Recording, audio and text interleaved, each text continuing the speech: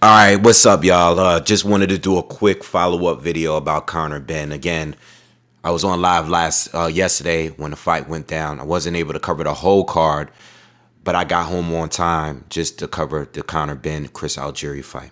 Now look, Conor Benn got a crazy fourth round knockout. Fourth round knockout.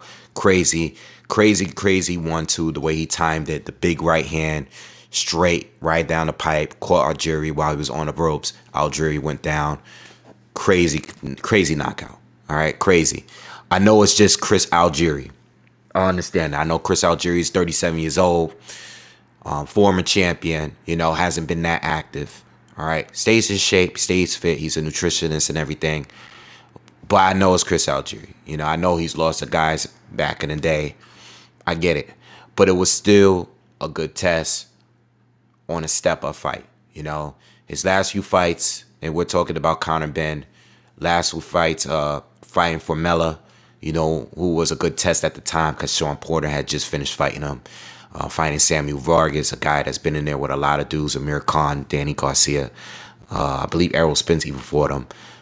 Sean Porter, he's been in there with a lot of people.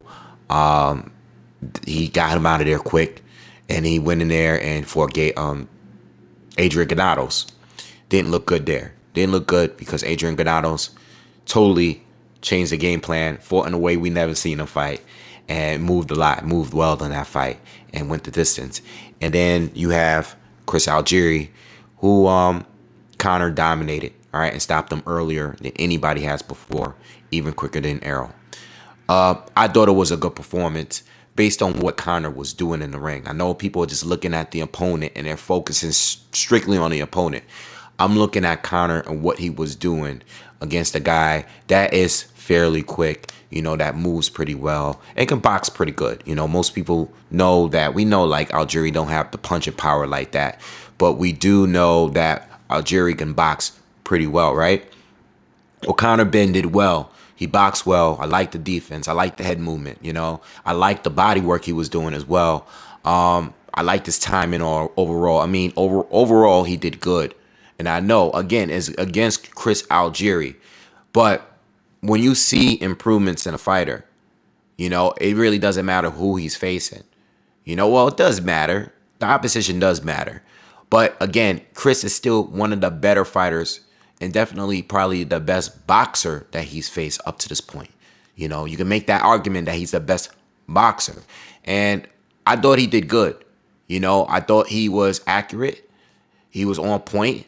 The punch placement was good, and the selection was just good overall. And I like what Conor was doing. And I really like the head movement. I like that. And I like that he went to the body. I did a prediction video before the fight. And I said in this fight here, because we don't know what Chris is going to do. I know Chris can move very well. I did say that I did not think that Chris was going to move as much as Adrian Granados, though. I know Chris can move well, and I know he moved a lot in the Povetkin fight back in the day. But I didn't feel like he was going to do it in this fight. And I think part of the reason why Spence was able to get to him and stop him so quickly in that fight is because Spence was really going to the body. Spence was really on true dog mode. Like Conor was different.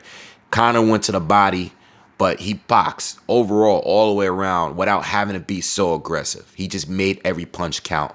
And I like what I saw. Like, I like his skill set. I think a lot of people don't like him. I don't know what it is. I don't know if it's what he says in his interviews. I don't know. It's because he's coming off, he's the son of his father. I think a lot of people feel the same way about Chris Eubank. A lot of people don't really like him. A lot of people want him to get knocked out. A lot of people feel that he's a hype job. It is what it is. Maybe it's because he's a European fighter. Or I really don't know. I don't have nothing against him. I actually like the kid, and I see improvements. And people are bringing up like the time he got knocked down twice in a fight earlier in his career, like 4 years ago. Listen, the guy he fought when he got dropped, I mean, he was probably like 21 years old at the time. He was younger. He was less experienced. Him getting dropped early in his career, we're not going to just like hold on to that. I think that's one of those things that boxing fans do. Like, okay, you know, your last fight, maybe your last couple fights, you got dropped, you got stunned. People are gonna bring it up, you know. But it was early in his career where he was still learning and developing. He's a much better boxer than that, and it's all about what he's doing against the better fighters. You know, if he's improving, but he got dropped early in his career, but if he's improving now and he's looking better against the better fighters that he's facing, then we can't keep bringing up how he got hurt and got rocked early in his career 4 years ago. You know, he's still young now. If he got rocked and he got dropped 4 years ago, it's like, how long are we gonna keep bringing it up? It's like Shakur Stevenson, same thing, where he had a couple of boring fights, a couple snoozers, fights that he didn't get no stoppages in. And then he goes up and steps up against Jamel Herring, a champion, a guy with a lot of experience. And he goes up there and he stops him, but didn't stop the guys that were lesser in opposition. You know what I'm saying? So again, it's all about what you're doing as you grow and you step up. If you're improving in a level of opposition and you're looking better, you're performing better, that means you're improving as a fighter. You know, and I have nothing but respect for that. Now, as far as moving on, again, I was talking about a lot of things yesterday while we was live, and I said sometimes, you know, a lot of these young fighters like him, Virgil Ortiz, who's also in the division. You also got Jerome Boots Ennis. You know, a lot of people, those are the guys that everybody's talking about. You know, you got some few other guys on the come up too.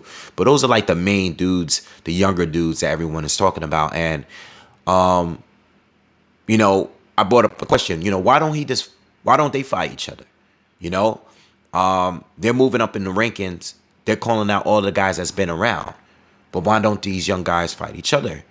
And you could go both ways with that. You know, what I like are Ortiz to fight a Boots, or a Conor Benn to fight a Boots or Ortiz. Of course, I would like that fight. Of course, I'm not going to have nothing against it. But I don't blame them younger fighters for going after the guys, the big fish that's been around, because those guys created a name for themselves and they're already well established. They'll probably be the bigger paydays if they were to fight the bigger names. And plus, they're on their way out. They're not going to always be available. So you want to catch them on their way out, like Manny Pacquiao. Before he left, everybody was trying to fight him. Before Floyd officially retired, everybody was trying to chase him. They weren't trying to fight each other. They were trying to fight the guys that was more established. Kind of similar to how Canelo is right now, you know, even though he's not a senior guy. You know, he's kind of right there in the middle in his 30, at age 30 or 31, wherever he's at. But Conor Benn is calling out the Adrian Broners of the world. You know, he's calling out, I've heard him call out Sean Porter in the past. Sean is retired now. Conor Benn is kind of going after the more seasoned guys. Not Bud, not Spence. I haven't heard him call those guys out yet. But he's really pressing this Adrian Broner thing. He's pressing the winner of Amir Khan and what's his name, Kell Brook. So he's really pushing for those fights because those are the seasoned fights. Those guys got names, but they're on their way out. And he's trying to build his brand by beating someone that has a name so he could get more hype. And that's why I see it in the Adrian Broner fight. Adrian Broner, unfortunately for him, his prime was real short. His prime was pretty much at 135. I felt like once he moved up to 147, started fighting better fighters, the punching power didn't really carry over to 147, because he went to 140, but he went back down to 140. He kind of skipped up to 147, got washed up by Maidana, and kind of went back down and played it, you know, in the catch weight area between 147 and 140. And he's calling out Broner because Broner, at the end of the day, if you fight Broner, people are going to watch. You know, now Broner's name don't ring the same way because of all of the losses. Mikey Garcia, Manny Pacquiao, all these draws. Now it's not ringing the same way. You know, Broner's kind of he's been around for a while now, you know, and he hasn't picked up any notable wins, picking up draws, he got a couple gifts in his career probably. He got, you know, some wins where it was just okay. Then he got a bunch of losses against the best fighters he faced. So his name don't ring bells like that. But if Conor Benn is to find a way, if these guys can find a way to offer Broner a lot of money, and it will probably be a lot of money, being that Conor Benn is over there with Matchroom, he's over there at the DAZN. If you're gonna get Broner, you're gonna have to really pay up. And Conor Benn said he's willing to do it. You know, he said that. I don't know what Eddie and the DAZN and Matchroom is gonna be willing to do, but these guys are willing to pay Broner to get the Broner. He really, really wants a Broner fight, and I really believe it's because people are going to tune in because it's Adrian Broner. You know, Broner's going to sell the fight. He knows how to sell himself. He talks a lot. And he talks a good game. And I see why Conor wants to fight. I don't think Broner takes the fight. You know, I think Broner, if he's really going to put himself out there to fight someone that's good, that's capable of beating him, I think it's going to be someone that's going to bring him a lot of money. You know, and they could finally maybe try to squeeze a pay-per-view out of Broner, which will be crazy. I always thought they would find a way to get Broner in the ring with Danny Garcia. I thought they was gonna try to find a way to fight, get him in the ring with Keith Thurman.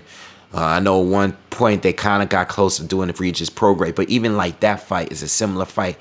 I can't see that fight happening because Broner at this point, unless they give him the bag because they want to push Prograis, I can't really see Broner getting into that fight because, you know, it's a lose-lose situation for him because all he has left is his name, and his name don't ring bells like it used to at one point.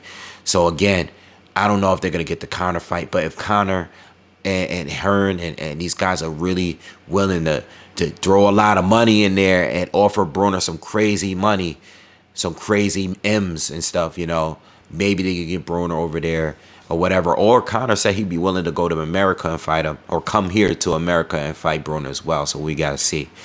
But anyway, fights I like. Again, you know, if he gonna fight the up and coming contenders, that would be cool. You know, it's not gonna happen.